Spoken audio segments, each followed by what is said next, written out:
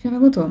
দেখছেন popcorn story. শুরু করছি 2025-এর নতুন ড্রামা বন অ্যাপেটিথ ইয়োর ম্যাজেস্টির দ্বিতীয় এপিসোডের ব্যাখ্যা। যারা এখনো প্রথম এপিসোডটি দেখেননি তাদের জন্য লিঙ্কটি ডিসক্রিপশনে দেওয়া রইল। এপিসোড 2-এর শুরুতে আমরা দেখতে পাই জিয়ং এবং গিলগমকে নদীর ধারে হাত মুখ ধুতে। আর সে সময় জিয়ং নদীর পাশ দিয়ে কিছু লোককে দেখে চেঁচিয়ে উঠলে গিলগম তাকে থামিয়ে বলে ওরা চেহং এর লোক, যারা গ্রাম থেকে মেয়েদের জোর করে ধরে নিয়ে যায় রাজার দাসী ও উপপত্নী বানানোর জন্য। তারপর লুকানোর চেষ্টা করলেও তারা ধরা পড়ে যায় আর তাদের বন্দি করে নিয়ে যাওয়া হয়। কিন্তু জিয়ং তাদের বন্দি করার ব্যাপারটি একেবারেই মেনে নিতে পারে না। তখন গিলগাম তাকে থামাতে চায় আর বলে তারা এখন এই এলাকার গভর্নরের অফিসে আছে। এই কথা শুনে জিয়ং আরো ভয় পেয়ে যায়। সে এখন যে জোসনের সময় চলে এসেছে সেটা তার বিশ্বাস হচ্ছিল না। তখন তার চেঁচামেচিতে বিরক্ত হয়ে সৈন্যরা তাকে হাত মুখ বেঁধে দেয়। আর জিওং অবাক হয়ে ভাবতে থাকে এটা তো কোনো ফ্যান্টাসি নোভেল নয় যে সে টাইম ট্রাভেল করে জোসেনের সময় চলে এসেছে। সে তো গতকালই 3 তারা মিশেলিন শেফ হয়েছিল আর আজ প্লেনে করে বাড়ি ফেরার পথে তার উপর কফি পড়লো। সে ওয়াশরুমে যায় আর সেখান থেকে কিভাবে সেখানে চলে এলো।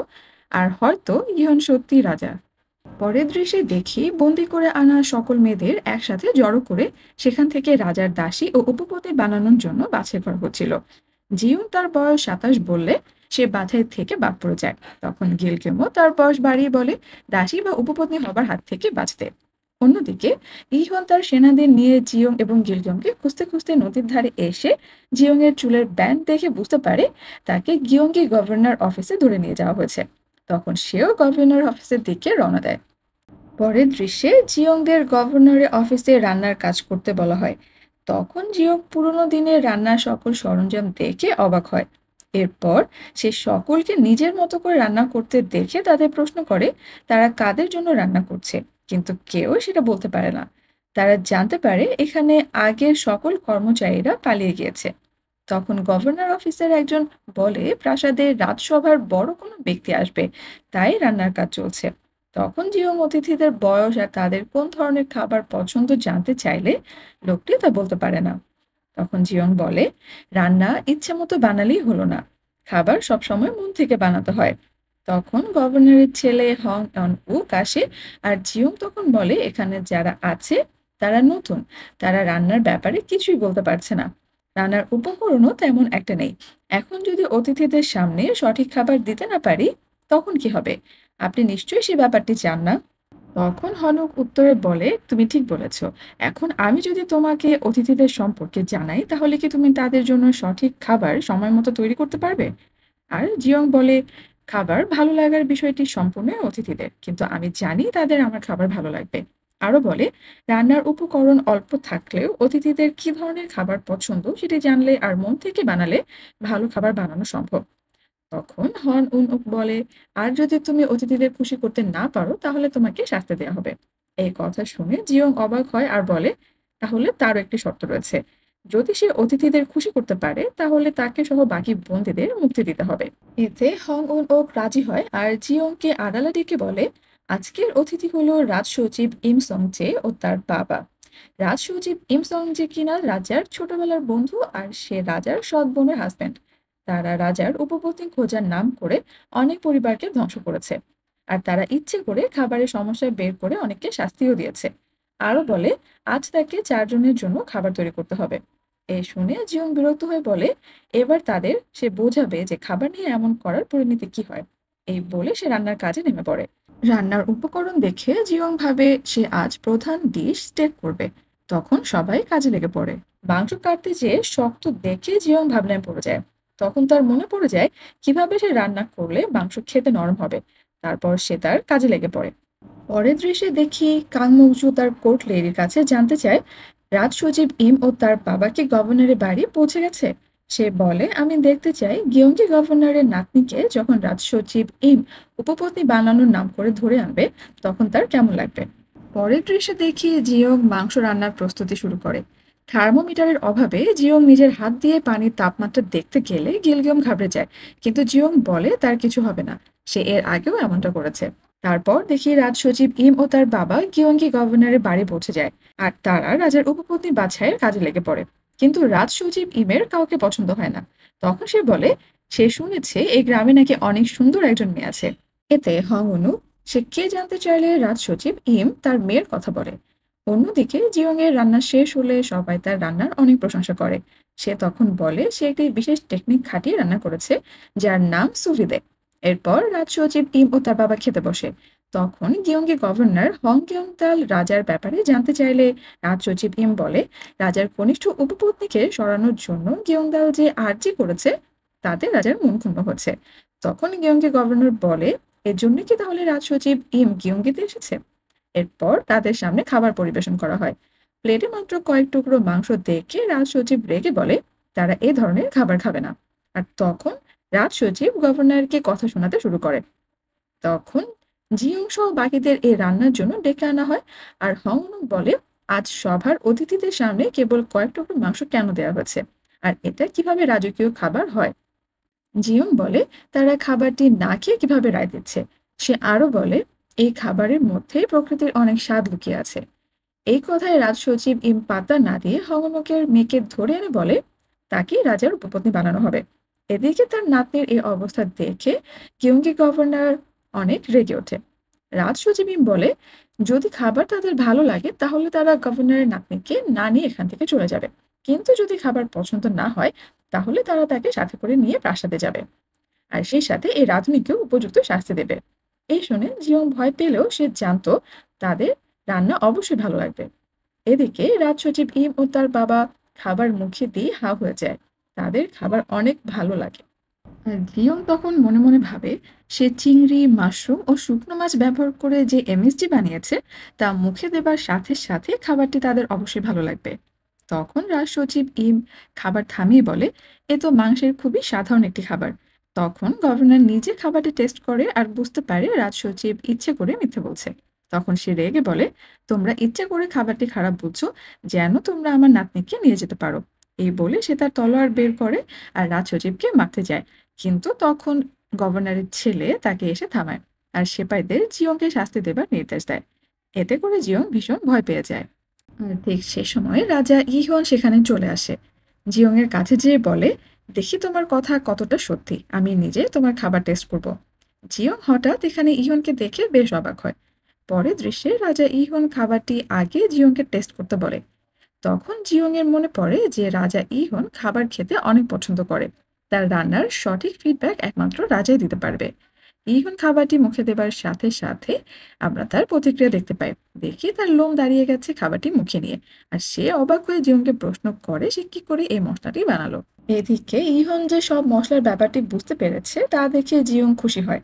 রাজা আরো বলে সে আজ অবধি এমন খাবার খায়নি, এর স্বাদ তার মন ছুঁয়ে গেছে। আর বলে তাহলে কেন রাজ সচিব ইম খাবারটি সে তারিফ করেনি। তখন রাজ সচিব ইম বলে এমন খাবার শুধুমাত্র রাজার যোগ্য, তাই আমার মতো সাধারণ লোক এর কদর কিভাবে করবে। আর এরপর রাজা তার নাম ও বয়স জানতে চায়। জিয়ং এর 27 বছর শুনে সে এখন অবিবাহিত জেনে রাজা অবাক হয়। আর জিয়ং এর বাড়ি কোথায় জানতে চাইলে জিয়ং কি বলবে ভেবে না পেয়ে বলে রাজা হয়তো তার কথা বিশ্বাস করবে না। আর বলে সে আসলে 500 বছর আগে ভবিষ্যৎ থেকে এসেছে। তখন রাজা অবাক হয়ে বলে তোমার রান্নার গুণ থাকলেও সে সাথে তোমার মাথাতেও সমস্যা আছে, সেটা আমি বুঝেছি। এই কথা শুনে জিয়ং হতাশ হয়, কিন্তু মনে মনে ভাবে সে হয়তো এখন মুক্তি পাবে। কিন্তু রাজা তখন জিয়ং আর গিলকিয়মকে বন্দি করে প্রাসাদে নিয়ে যাবার নির্দেশ দেয়। এরপর রাজ সচিব কিয়ংগি গভর্নরের নাতনির কথা বললে রাজা বলে তাকেও যেন প্রাসাদে নিয়ে যাওয়া হয়। রাজার এ কথায় জিয়ং এর মনে পড়ে গ্যাপসিন বিদ্রোহের কথা, যখন রাজা ইহন তার মায়ের মৃত্যুর চক্রান্তকারীদের শাস্তি দিয়েছিল। ইহন সবাইকে রুম থেকে চলে যেতে বললেও গিয়ংগি গভর্নর রয়ে যায়। আর সে বলে প্রয়াত রাজা বেঁচে থাকলে ইহন এখন যা করছে তা কখনো মেনে নিতেন না।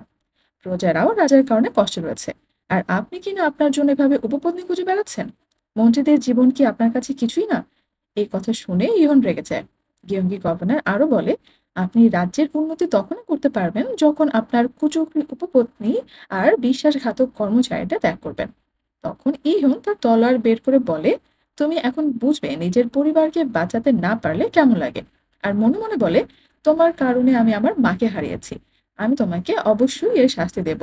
এই বলে সে গভর্নরকে দেশ ত্যাগের আদেশ দেয়। পরের দৃশ্যে দেখি জিয়ং রাজার সিদ্ধান্তে বিরক্ত হয়ে গিলগামকে বলে যে করেই হোক কাল প্রাসাদে যাবার আগে আমাকে আমার জায়গায় ফিরে যেতে হবে।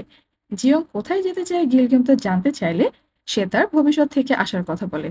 আর ভাবে গিলগামও হয়তো জিয়ং এর কথা বিশ্বাস করবে না। কিন্তু গিলগাম তার কথা অবিশ্বাস না করে বলে সে যখন প্রথম জিয়ংকে দেখেছে তখনই তার মনে হয়েছে হয়তো সেখানকার মানুষ নয়, আর সে জিয়ং এর রান্নার মতো এমন রান্না এর আগে কোথাও দেখেনি। এই শুনে জিয়ং তাকে বলতে থাকে কিভাবে সে এখানে চলে এসেছে। আর তখনই জিয়ং এর মাঙ্গনরূপ বইটির কথা মনে পড়ে। আর সে ভাবে তার এখানে চলে আসার পেছনে নিশ্চয়ই সেই বইটার কোনো সম্পর্ক রয়েছে। তখন তার মনে পড়ে সে পাহাড় থেকে পড়ে যাওয়ার সময় শেষবারের মতো বইটি সেখানের এক গাছের সাথে দেখেছিল। তখন জিয়ং বলে তাদের বইটি খুঁজতে সে পাহাড়ে যেতে হবে। এদিকে ইহন রাজ সচিব ইমকে বলে জিয়ং আর গিলগিয়মকে বাদে বাকি সব মেয়েদের ছেড়ে দিতে। এতে রাজ সচিব অবাক হয়ে বলে সে কি গিয়ংকে গভর্নরের নাতনিকেও ছেড়ে দিতে চায়। এক কথায় ইহন বলে সে শুধুমাত্র তার মায়ের মৃত্যুর বদলা নিতে এসব করেছে। তার শত্রুতা গিয়ংকি গভর্নরের সাথে, তাকে শাস্তি দিতে পেরে সে খুশি। অন্যদিকে হং উন উক তার কথা মতো জিয়ং আর গিলগিয়মকে ছেড়ে দেয়। আর জিয়ং তখন তাকে বলে অত্যাচারী রাজা ঠিক একদিন তার কর্মের ফল পাবে। পাহাড়ে খাদের দিকে যাবার সময় জিয়ং জানতে পারে গিলগিয়মের পরিবারে আর কেউ নেই। এই কথা শুনে জিয়ং বলে গিলগিয়ম চাইলে তার সাথে ভবিষ্যতে যেতে পারে, যেখানে মেয়েরা চেষ্টা করলে তাদের ইচ্ছে পূরণ করতে পারে। এই কথায় গিলগিয়ম জানে তার রয়্যাল রান্নাঘরে সিনিয়র কোর্ট লেডি হবার ইচ্ছে। এরপর তারা পাহাড়ে পৌঁছলে জিয়ং তার ব্যাগ খুঁজতে থাকে, কিন্তু তখন দেখি ইহনও সেখানে চলে আসে। তখন জিয়ং বলে সে তার ব্যাগ খুঁজতে এখানে এসেছে, যেটা ইহন তীর মেরে ফেলে দিয়েছিল। ওই ব্যাগে মাঙ্গনরূপ নামে একটি বই আছে। আরো বলে বইটি তার ভীষণ দরকার, কারণ সে এই বইটির কারণে এখানে পৌঁছে গেছে। এই কথা শুনে ইহন একটু দূরে তাকাতেই ব্যাগটি দেখতে পেলে একজন সিপাহীকে সে সেটা নিয়ে আসতে বলে। কিন্তু জিয়ংকে খুশি দেখেই সে বইটি আরো দূরে ফেলে দেয়। আর সে হাসতে হাসতে বলে এবার জিয়ং এর পালানোর কোনো দরকার নেই। ইহনের এই কাজে জিয়ং রেগে যেয়ে বলে তার বইটি অনেক দরকার, বইটি খুঁজে দিলে ইহন যা বলবে সে তাই করবে। এই কথায় ইহন হেসে ওঠে। আর এর পরের দৃশ্যে দেখি ইহন তাদের বন্দি বানিয়ে প্রাসাদে নিয়ে যাবার সময় জিয়ং বেশ রেগেছিল। তখন গিলগিয়ম বলে যাই হোক না কেন সে সব সময় জিয়ং এর পাশে থাকবে। এদিকে রাজ সচিব ইম বলে কেন রাজা জিয়ংকে সাথে করে প্রাসাদে নিয়ে যাচ্ছে। তখন ইহন বলে সে জিয়ংকে সহজে ছাড়বে না। পরের দৃশ্যে মংচুকে দেখি প্রিন্স জেসনের বলা কথাগুলো মনে মনে ভাবতে। প্রিন্স জেসন জানিয়েছিল রাজার উপর হামলা হয়েছিল, আর হয়তো এটা তাদের দলের কারো কাজ। সে মংচুকে আরো বলে সে যেন রাজাকে তার কথায় আটকে রাখে, আর সে যেন শুধু তার মায়ের মৃত্যুর প্রতিশোধ নিতেই ব্যস্ত থাকে। মংচু তাতে সায় জানায়। এদিকে মংচুর কোর্ট লেডি এসে বলে দুপুরের মধ্যে রাজা প্রাসাদে পৌঁছে যাবে। তখন মংচু বলে রাজা গিয়ংকি গভর্নরের নাতনিকে নিয়ে আসছে, শুনেছি সে নাকি অনেক সুখের অধিকারী। আরো বলে সে কিছুতেই ওই মেয়েকে প্রাসাদে টিকতে দেবে না। এদিকে গ্রামের বাচ্চারা জিয়ংকে ডাইনি ভেবে পাথর ছুড়লে ইহন বলে ওরা আমার জিনিসে আঘাত করেছে, আমি এখনই তাদের শাস্তি দেব। এই শুনে জিয়ং বলতে থাকে রাজা সাহেব আপনি জিনিস বলে কি আমাকে বোঝাচ্ছেন। তখন ইহন বলে তুমি অন্ধ বোবা আর কানা হয়ে থাকলেই প্রাসাদে টিকতে পারবে, আর ভেবো না আমি তোমার জন্য বিশেষ একটি ব্যবস্থা রেখেছি। এই বলে ইহন চলে যায়। আর জিয়ং ভাবতে থাকে সে সত্যিই জোসেনে আছে, যেখান থেকে বের হবার কোনোই রাস্তা পাচ্ছে না। তারপর প্রাসাদে ঢুকতে ঢুকতে জিয়ং ভাবে গিয়ংকি গভর্নরের নাতনির জায়গায় তাকে আনা হচ্ছে, তাহলে সে কি ক্যাপসিন বিদ্রোহ বদলে ফেলেছে। এই সময় সেখানে মুকচু এলে ইহন বেশ খুশি হয়। আর মুকচুকে জিয়ং এর সামনে এনে বলে সে একজন ডাইনিকে ধরে এনেছে, তবে তাকে সে কোনো শাস্তি দিতে চায় না। মুকচু এতে অবাক হয়ে বলে এই প্রথম রাজা কোনো মেয়েকে প্রাসাদে এনেছে। আর এদিকে মংচুকে দেখে জিয়ং এর মনে পড়ে এই সেই কুটিল নারী যে কিনা রাজার হিউনির গুণকে তার হাতে রেখে রাজ্যের প্রজাদের উপর অত্যাচার করছিল। মংচু জিয়ংকে দেখে মনে মনে ভাবতে থাকে এ তো গিয়ংকি গভর্নরের নাতনি নয়, নিশ্চয়ই রাজার এই সৌন্দর্যের কারণে প্রাসাদে নিয়ে এসেছে। এরপর মংচু বলে তাহলে জিয়ংকে কি সে অন্দরমহলে নিয়ে প্রাসাদের নিয়ম কানুন শিখিয়ে দেবে। তখন ইহুন বলে জিয়ং সে ধরনের কোনো মেয়ে নয়, তার জন্য সে বিশেষ ব্যবস্থা রেখেছে। এরই সাথে শেষ হয় বন অ্যাপেটিথ ইয়োর ম্যাজেস্টি কে ড্রামাটির এপিসোড 2। এমন কে ড্রামা ব্রেকডাউন পেতে পপকর্ন স্টোরি চ্যানেলটি সাবস্ক্রাইব করতে ভুলবেন না। পরবর্তী পার্টে দেখা হবে। ধন্যবাদ।